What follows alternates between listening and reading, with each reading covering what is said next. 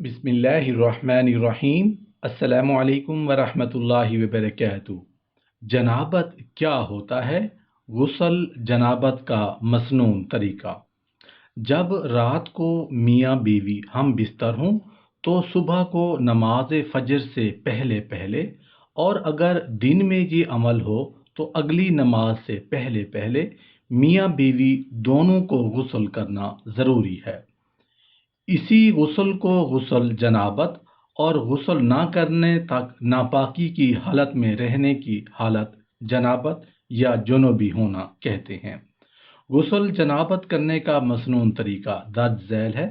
سب سے پہلے نیت کر کے بسم اللہ الرحمن الرحیم پڑھ کر دونوں ہاتھ دھوئے جائیں، پھر شرم گاہ کو دھویا جائے، خواہ اس پر نجاست لگی ہو یا نہ لگی ہو۔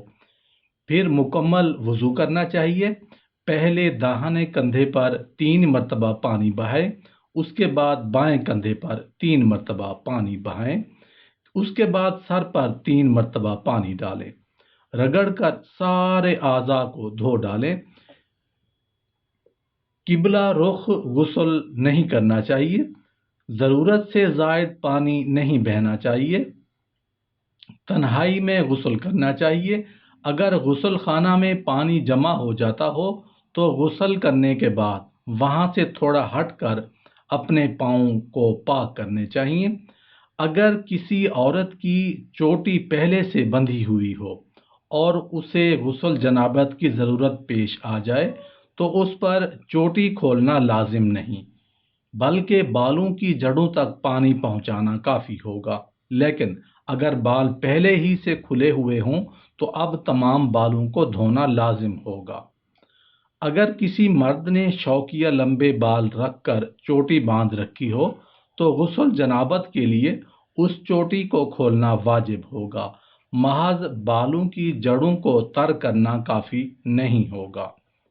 اگر دانت کھوکھلے ہوں اور ان میں کھانا وغیرہ پھنس گیا ہو یا ناک میں رطوبت بھری ہوئی ہو تو اسے نکالے بغیر بھی غسل صحیح ہے، لیکن بہتر یہ ہے کہ دانت اور ناک اچھی طرح صاف کر کے ہی غسل کرنا چاہیے۔ اگر ناک میں رطوبت سوکھ کر چپک گئی ہے یا ناخنوں میں آٹا بھر کر سوکھ گیا ہے یا بدن پر کوئی چیز لگی ہے جو کھال تک پانی پہنچنے سے مانع ہے تو ان چیزوں کو صاف کیے بغیر غسل درست نہیں ہوگا۔ جس نے منہ میں مصنوعی دانت کی بتیسی لگا رکھی ہو تو غسل کے لیے بتیسی باہر نکالنا ضروری نہیں ہے، البتہ بہتر یہ ہے کہ دانتوں کو نکال کر کلی اور گرگرا کیا جائے۔ اگر دانتوں کو ہلنے کی وجہ سے ان کو سونے چاندی وغیرہ کے تاروں سے باندھ دیا گیا ہو یا کھوکھلے دانتوں میں مسالہ بھر دیا گیا ہو تو ان کو نکالنا غسل کے لیے ضروری نہیں ہے، محض اوپر سے کلی کرنے سے غسل درست ہو جائے گا۔ تنہائی میں جہاں دوسروں کی نظر پڑنے کا خطرہ نہ ہو ننگے ہو کر غسل کرنا درست ہے، تاہم اس وقت بھی تہبند وغیرہ باندھ کر غسل کریں تو زیادہ بہتر ہے۔ غسل خانہ اگر کچا ہے اور اس میں پانی جمع ہو جاتا ہو تو وہاں پیشاب کرنا مکروہ تحریمی ہے۔ احادیث طیبہ میں اسے نسیان اور وساوس کا سبب بتایا گیا ہے۔ غسل خانہ اور بیت الخلاء میں بلا ضرورت بات چیت نہیں کرنی چاہیے، لیکن اگر ضرورت پڑ جائے تو بات چیت کی اجازت ہے، مثلا کسی ضروری بات کا جواب دینا ہو تو یہ منع نہیں ہے۔